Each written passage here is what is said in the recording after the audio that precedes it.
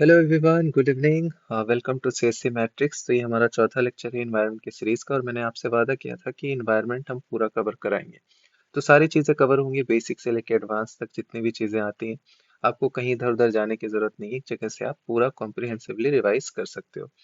तो इसमें हम बायोम के बारे में पढ़ेंगे, बहुत इंपॉर्टेंट है। दो सवाल प्रीलिम्स से हर साल आते हैं, और उसमें देखेंगे एक्वेटिक बायोम और टेरेस्ट्रियल बायोम अलग अलग तरीके से कैसे क्या है, क्या फीचर्स हैं, कैसे सवाल पूछते हैं, सारी चीजें कवर करेंगे। ये अपना टेलीग्राम चैनल है सीएससी मैट्रिक्स करके, और लिंक डिस्क्रिप्शन में है, आप ज्वाइन कर सकते हो। वहाँ पे आपको पीडीएफ मिल जाएगा और ऐप डाउनलोड कर सकते हो सीएससी मैट्रिक्स का, नीचे डिस्क्रिप्शन में है। पूरा दिया हुआ है प्रोसेस कैसे डाउनलोड करना है। वहाँ पे आपको पीडीएफ वगैरह और एक थोड़ा अच्छे से वीडियोस वहाँ पे मैंने ऑर्गेनाइज करके रखा है, तो आपको मिल जाएगा। तो बायोम्स के बारे में पढ़ते हैं। तो बायोम्स क्या होता है, सबसे पहले आप जान लीजिए कि बायोम्स क्या है। जैसे मान लो ये अपनी अर्थ है, तो अर्थ के रीजन को उसमें दो तरीके से हम डिवाइड करते हैं। पहला तो टेरेस्ट्रियल हो गया, दूसरा एक्वेटिक। अब वो टेरेस्ट्रियल और एक्वेटिक में हम छोटे छोटे रीजन में डिवाइड कर देते हैं, छोटे छोटे रीजन में, जिनमें सेम फीचर हो, सेम टेम्परेचर हो, सेम प्रेसिपिटेशन हो, सेम तरीके के प्लांट्स हो, उनको बायोम कहते हैं। जैसे आपने सुना होगा सवाना।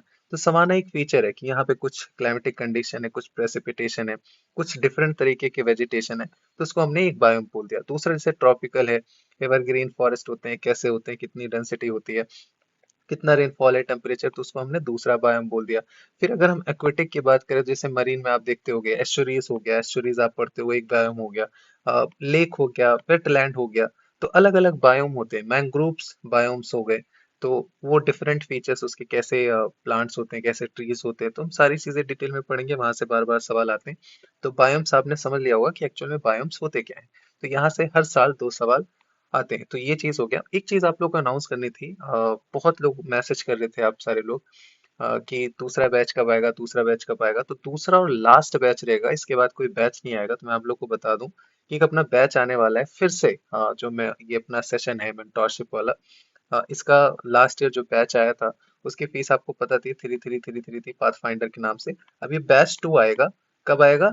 5 दिसंबर को मैं अनाउंस करूंगा, और 15 दिसंबर से अपना कोर्स शुरू होगा। तो आप लोग ज्वाइन कर सकते हो, बहुत ही लिमिटेड सीट है। अराउंड 100 मैंने सोच के रखा है, ज्यादा नहीं करेंगे। और हाँ, एक पीवाईक्यू एनालिसिस का अलग से एक रहेगा सेगमेंट, उसमें कोई मेंटोरशिप नहीं रहेगा। तो पीवाईक्यू एनालिसिस आप अलग से ले सकते हो, जिनके पास पैसे के बहुत ज्यादा इश्यूज होते हैं। PYQ analysis plus current affairs का एक अलग रहेगा कॉम्बिनेशन, कि अगर इसके साथ ये लेना चाह रहे हो। और तीसरा होगा मेंटोरशिप, उसमें आपका थीमेटिक डिस्कशन भी आएगा, क्योंकि वो बहुत इंपॉर्टेंट कंपोनेंट है। तो फीस भी थोड़ा कम रहेगी, आप देख सकते हो, आपको सारी चीजें डिस्क्रिप्शन में बता दी जाएंगी। तो जो लोग नए हो, या बाद में अगर आप देख रहे हो वीडियोस फरवरी मार्च अप्रैल मई के अराउंड, तो तब भी आप अगर पीवाईक्यू एनालिसिस लेना चाहते हो, तो आपको जाके वहाँ पे कोर्स में अगर ओपन होगा तो आप देख लेना। ठीक है। तो फिर दूसरा देखते हैं, टेरेस्ट्रियल बॉयम। सबसे पहले हमने दो पार्ट में देखा, टेरेस्ट्रियल और एक्वेटिक। अब देखते हैं टेरेस्ट्रियल के बारे में। तो टेरेस्ट्रियल बायोम क्या होता है, तो मैंने आपको अभी बताया ना कि डिफरेंट डिफरेंट रीजन को डिवाइड कर दिया। जैसे ट्रॉपिकल रेन फॉरेस्ट हो गया, टेम्परेट ग्रासलैंड हो गया, सवाना हो गया, डेजर्ट हो गया। तो ये एक तरीके से छपराल क्या है, ग्रासलैंड है। कहाँ पे? यहाँ कहीं पाया जाता है। तो ध्यान रखना, यूपीएससी ने पूछ रखा है कि छपराल के बारे में। तो ये बेसिक चीजें आपने जान ली कि टेरेस्ट्रियल बायोम क्या होते हैं। अब देखते हैं इसके बारे में, इसके फीचर्स देखें। तो terrestrial part enormous reason called biome. तो मैंने आपको ऑलरेडी बताया, कोई जो दो बायोम होते एक जैसे नहीं होते। कैसे?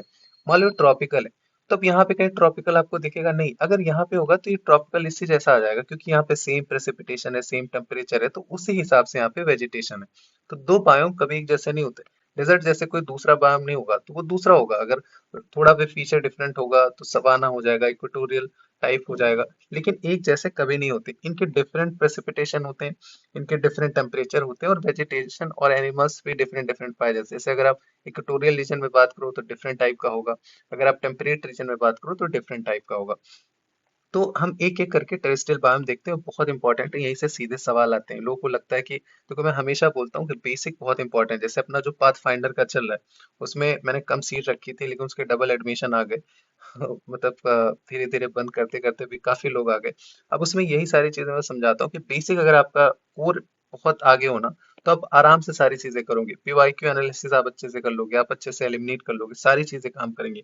तो इसीलिए मैंने सोचा कि आपको सारी चीजें कराई जाए बेसिक से लेके। तो बहुत बड़ा क्रेडिट जाता है पीएमएफआईएस को, उनके मैंने कई सारे इमेजेस वगैरह उठाए, कंटेंट भी है, तो उनका क्रेडिट मैं देना चाहूंगा पीएमएफआईएस को। नाउ स्टार्ट करते हैं टुंड्रास। तो सबसे पहले टुंड्रा के बारे में बात करते हैं। तो टैगा ये रीजन है, हम लोग पढ़ते हैं ना टैगा, और सबसे ऊपर जो पोलार रीजन में होता है उसको हम टुंड्रा बोलते हैं। तो टुंड्रा रीजन की खास बात क्या है? दो तरीके के होते हैं टुंड्रा क्लाइमेट।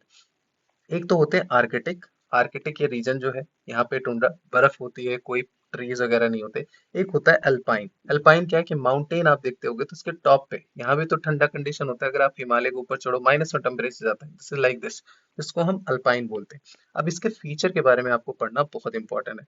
तो देयर आर नो ट्रीज, कोई ट्रीज नहीं होती, ये ध्यान रखना।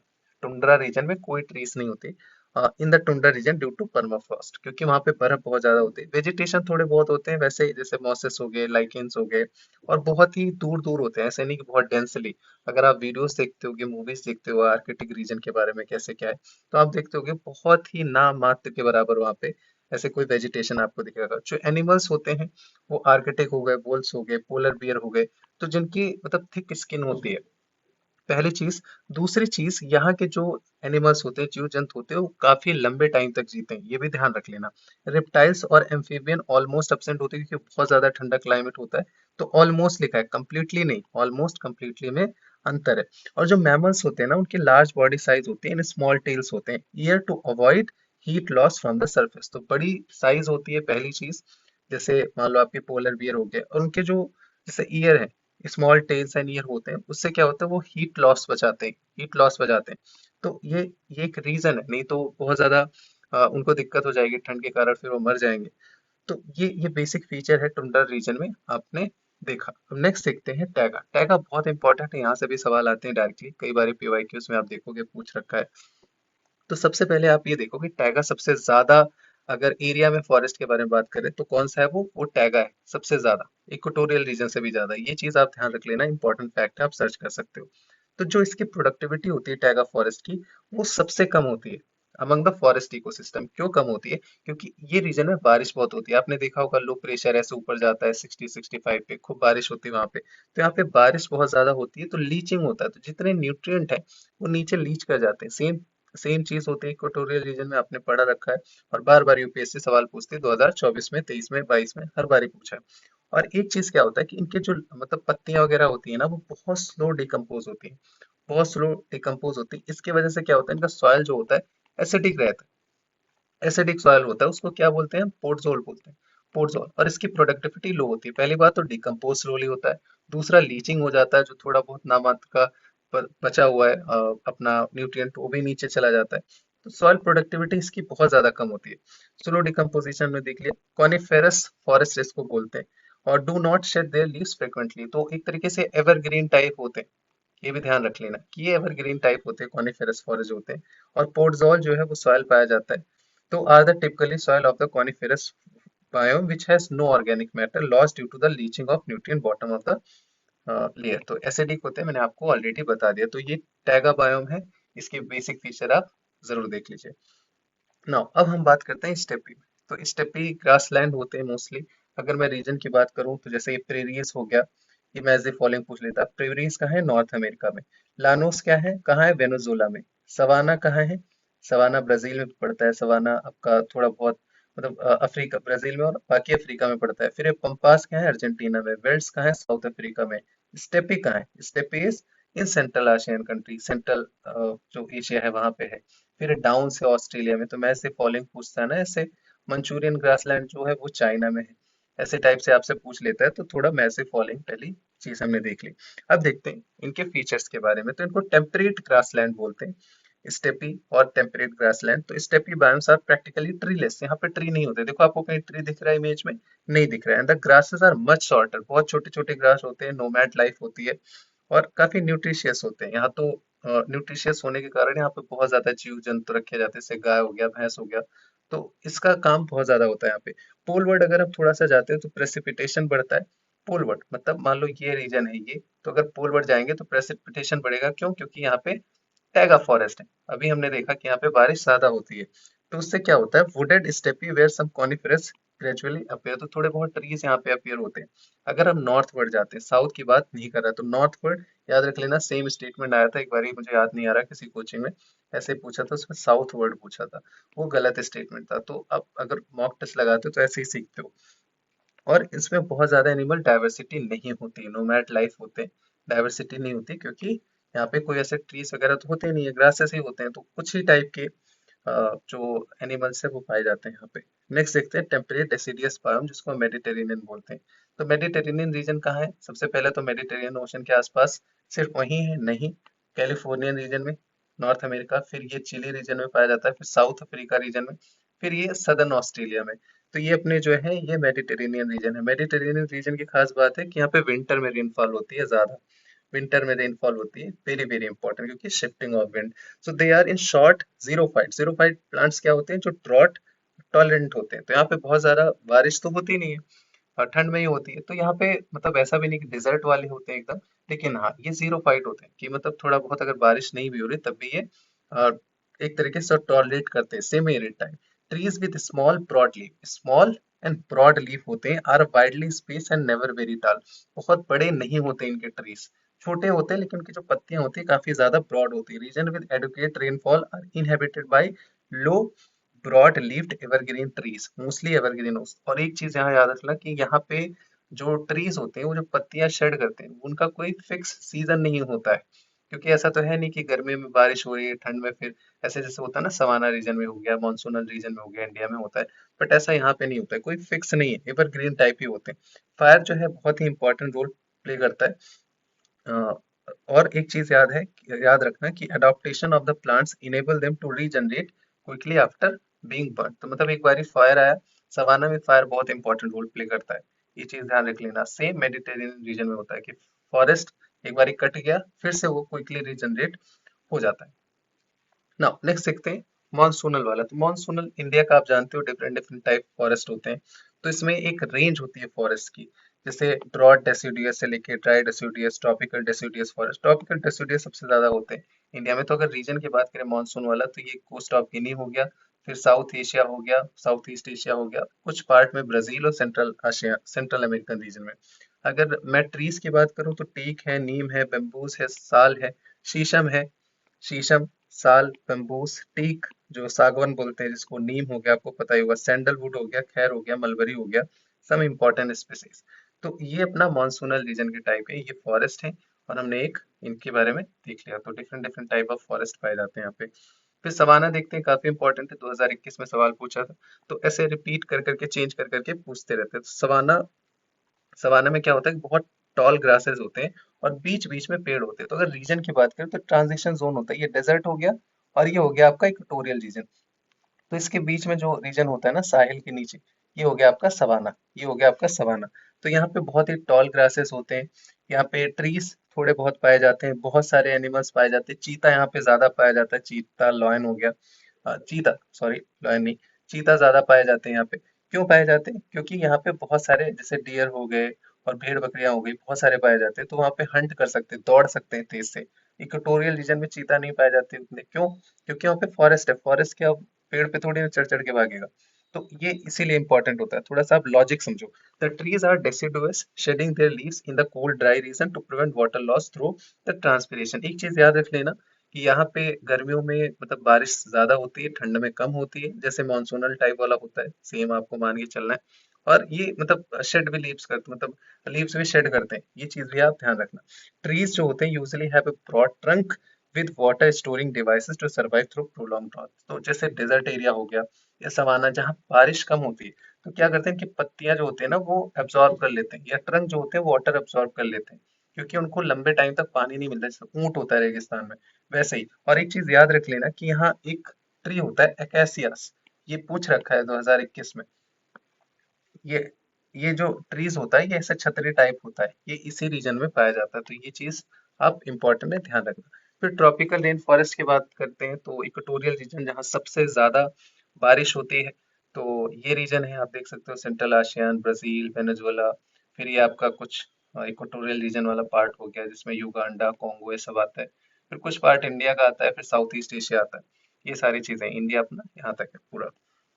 नाउ अब एक चीज देखो कि यहाँ पे अगर मैं ट्रीज की बात करूँ तो ट्री जैसे महोगनी हो गया, एपोनी हो गया, डाइवुड्स हो गया, तो ये एवरग्रीन फॉरेस्ट होते हैं। यहाँ पे एक बहुत खास बात होती है कि एपीफाइट फॉरेस्ट पाए जाते हैं। एपीफाइट मतलब पैरासाइट नहीं होते, ये कमेंसलिज्म के पार्ट होते हैं। कमेंसलिज्म हमने देखा था पहले लेक्चर में कि एक को फायदा होता है, दूसरा अनअफेक्टेड होता है। तो अनअफेक्टेड वो वाला ट्रीज होता है, जैसे ट्रीज में एक छोटा सा अपना अटैच्ड कोई ऐसे ट्री निकल आया तो कुछ वैसे हो गया, तो इसको ये नुकसान नहीं पहुंचाता, क्योंकि ये जो अपना न्यूट्रिएंट लेता है ना, ये ड्राइव करता है मॉइस्चर से, nutrient from the air and rain, इससे नहीं लेता है, तो पैरासाइट नहीं हुआ, बस सपोर्ट लेता है, मैकेनिकल सपोर्ट लेता है। एपीफाइट टाइप ऑफ प्लांट्स यहाँ पे पाए जाते हैं। ये चीज आप सर्च करोगे तो आपको दिख जाएगा कि पेड़ों के ऊपर पेड़ रहते हैं, और वहां पे जितने भी प्लांट्स होते हैं ना, सब स्ट्रगल करते हैं सनलाइट पाने के लिए, क्योंकि इतना ज्यादा डाइवर्सिटी होता है, बड़े बड़े पेड़ होते हैं। नीचे जो छोटे छोटे छोटे भैया लोग होते हैं, उनको सनलाइट मिलती नहीं, तो बहुत सारे तो ऐसे ही मर जाते हैं। Now, mahogany, ebony, dylands, all plants including epiphyte struggle upward for the sunlight and epiphyte drive its moisture and nutrient from the air. अभी हम अगर कुछ बात करें कि कहाँ कौन सा क्या फेमस है, जैसे पाम हो गया। 2021 में पूछा था नेटिव टू साउथ अमेरिका, नहीं, native to South East Asia, तो मलेशिया इंडोनेशिया रीजन में पाए जाते हैं। शुगर केन कहाँ पे, ब्राजील में है। कॉफी जो है ब्राजील में है। उसके बाद रबर जो है ये भी पूछ रखा है, Malaysia Indonesia south East Asia में। कोकोआ अभी 2024 में पूछा था कोकोआ के बारे में, तो घाना नाइजीरिया, ये कोकोआ के लिए फेमस है।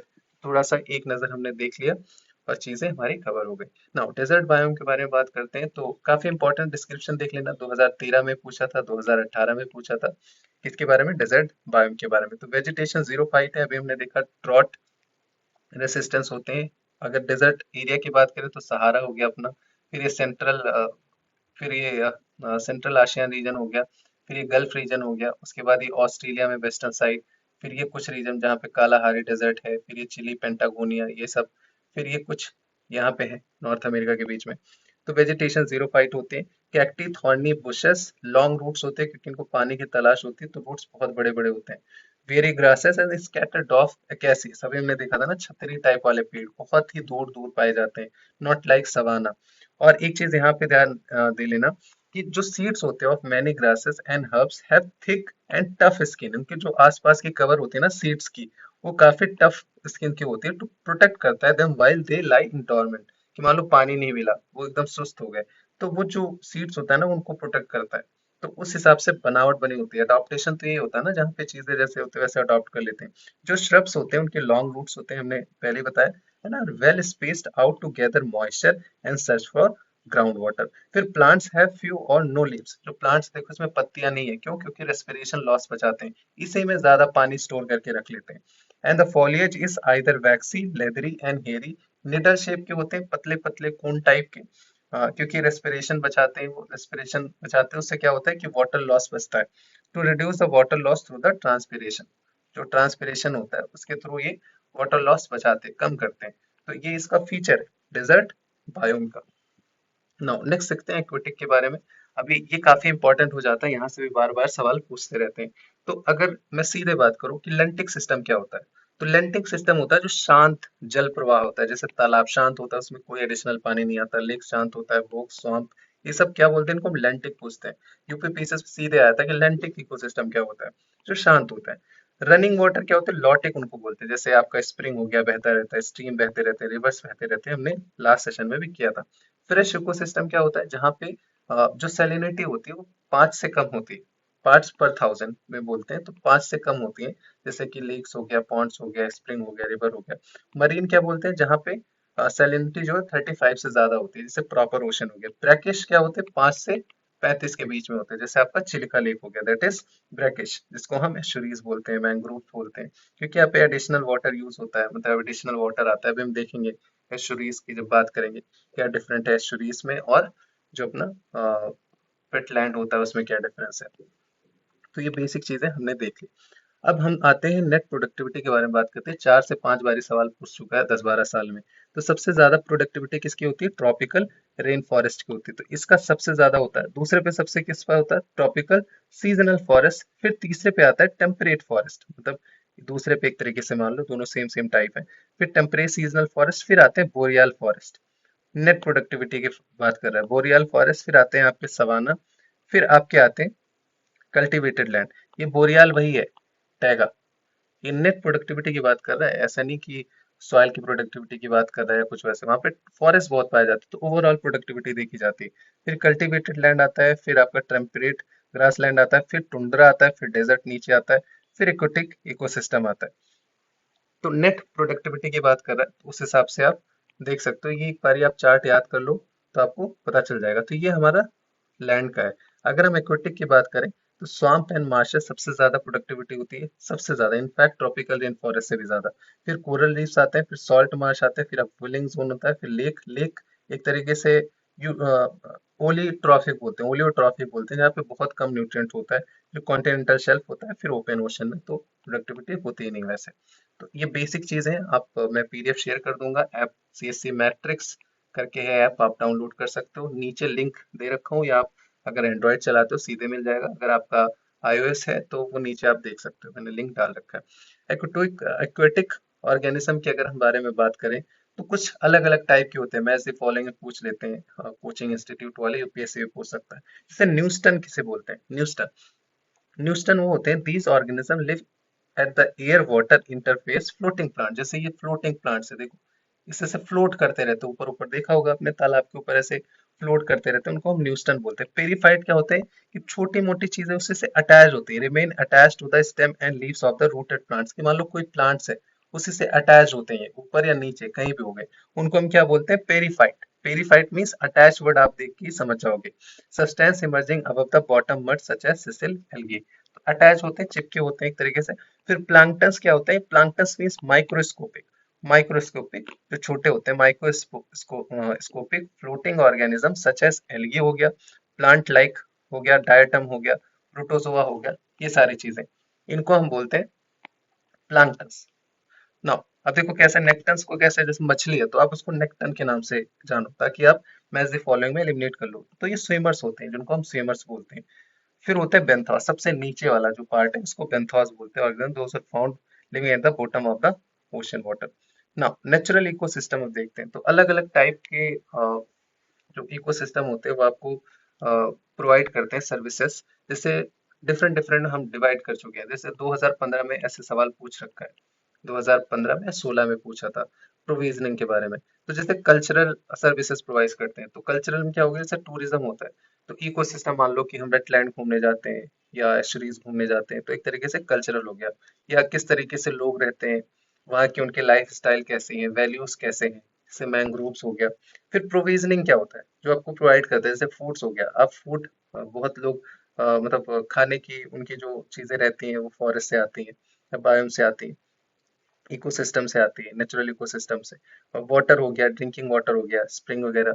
फिर जेनेटिक रिसोर्सेस हो गए, मेडिकल हर्ब्स हो गए, एनर्जी फ्रॉम द बायोमास। तो ये क्या है? प्रोविजनिंग सपोर्ट करते हैं, तभी सर्विसेज है।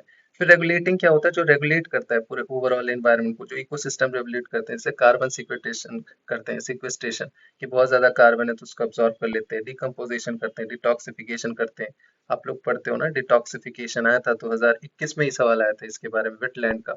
फिर हेल्दी बायोडाइवर्सिटी, क्लाइमेट स्टेबलाइज करते हैं, रिड्यूस करते हैं रिस्क ऑफ एक्सट्रीम इवेंट। मान लो कि मैंग्रोव्स हैं कोस्टल एरियाज में, तो जो सुनामी आती है उसको मिनिमाइज करते हैं उसका। फिर सपोर्टिंग होते हैं, जैसे न्यूट्रियल साइकिल में सपोर्ट करते हैं, ब्रेक डाउन करते हैं पॉल्यूटेंट्स को, फ्लड प्रोटेक्शन में काम आते हैं, जनरेशन में काम आते हैं। तो ये सारे इकोसिस्टम सर्विसेज हैं, गुड्स एंड सर्विसेज। तो याद रख लेना, पीडीएफ में आप एक बार रिवाइज करोगे आपका काम हो जाएगा। अब आते हैं सी ग्रासेस पे, बहुत इंपॉर्टेंट है, बार बार सवाल यहाँ से आता है। सी ग्रासेस का हो गया, उसके बाद एल्गे हो गया, यहाँ से सवाल पूछते रहते हैं।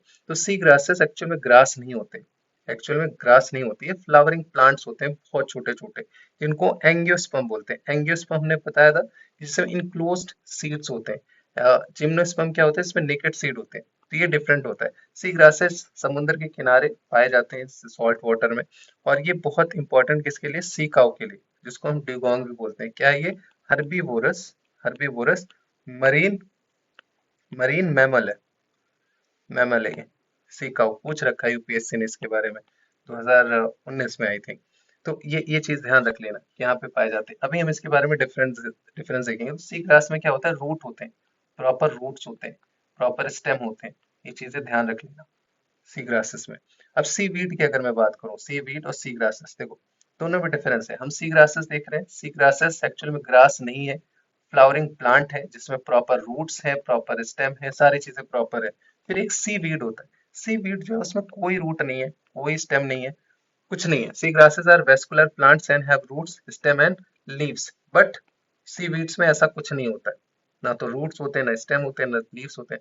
सम जो कुछ सी वीड्स होते हैं वो बहुत ही माइक्रोस्कोपिक होते हैं, जैसे फाइटोप्लैंक्टन, और कुछ बहुत बड़े होते हैं जैसे कि केल फॉरेस्ट। तो अगर यूपीएससी आपसे पूछ ले कि सी वीड और सी ग्रासेस में डिफरेंस बताओ, तो पूछ ले सी वीड्स में रूट्स होते हैं, स्टेम्स होते हैं, एस सी ग्रासेस में नहीं होते। नहीं, सी ग्रासेस में होते हैं, ग्रास है, रूट है। ये वीड है, सी वीड। तो यहाँ पे रूट्स वगैरह नहीं होते, ये ध्यान रख लेना। इसको हम जैसे एग्जाम्पल बताऊं क्या है, तो एल्गी। एल्गी इसका एक एग्जाम्पल है ना। वेटलैंड के बारे में बात करते हैं। वेटलैंड क्या होता है? तो वेटलैंड एक तरीके से ट्रांजिशन जोन होता है बिटवीन टेरेस्ट्रियल एंड एक्वेटिक। तो हमने इकोटोन के बारे में बात किया था कि ट्रांजिशन जोन होता है, प्रोडक्टिव होता है। सारी चीजें हमने ऑलरेडी देख रखी है। तो वेटलैंड जैसे हो गया, बहुत सारे वेटलैंड है इंडिया में। जैसे समुद्र के किनारे वेटलैंड पाए जाते हैं, या ऐसे भी वेटलैंड बहुत सारे पाए जाते हैं। तो एक चीज अपने देख लेना है कि यहाँ पे कि वेटलैंड को डिफाइन कैसे करते हैं। तो area of marine water depth which at low tide does not exceed 6 metre. तो 6 मीटर से ज्यादा नहीं होना चाहिए डेप्थ किसका? वेटलैंड का। वेटलैंड का रामसर साइट, आपने नाम सुना होगा। रामसर कन्वेंशन है जो इसको गवर्न करता है। इंडिया में बहुत सारे वेटलैंड्स हैं। तो वो मैजे फॉलोइंग पूछते रहते, 2022 में पूछा था, 2021 में पूछा था, 23 में पूछा था। तो 6 मीटर से ज्यादा इसकी डेप्थ नहीं होनी चाहिए। अगर 6 मीटर से ज्यादा हो गया तो वो लेक की कैटेगरी में आ जाता है। लेक जो होता है, लेक जो होता है वो काफी ज्यादा उसमें डेप्थ होती है, और वो उतना प्रोडक्टिव नहीं होता जितना कि वेटलैंड होता है। तो जनरली क्या होते हैं कि लेस देन 3 मीटर डीप में होते हैं। उससे ज्यादा अगर हो जाते हैं तो लेक हो जाते हैं। मान तो हम 6 मीटर तक सकते हैं, बट जनरली 3 मीटर से कम ही रहते हैं। तो ये चीज आप ध्यान दे लेना वेटलैंड के बारे में, क्या डिफरेंस होता है। अगर हम लेक से इसको कंपेयर करें तो कोई ऐसे बहुत ज्यादा डिस्टिंक्शन नहीं कर सकते हम लेक और वेटलैंड में। बस हमने देख लिया कि अगर थोड़ा सा शैलो है तो उसको वेटलैंड कैटेगरी में देते हैं, बहुत ज्यादा डीप हो जाता है तो हम उसको बोल देते हैं lake. Lake wetlands are shallow water bodies where lakes are can be deep और shallow, मैंने आपको पहले ही बताया। लेक्स लेस क्रिटिकल होते हैं, क्यों? क्योंकि बहुत ज्यादा डीप में होते हैं, बहुत ज्यादा, तो ऐसे बहुत जल्दी सूखते नहीं है।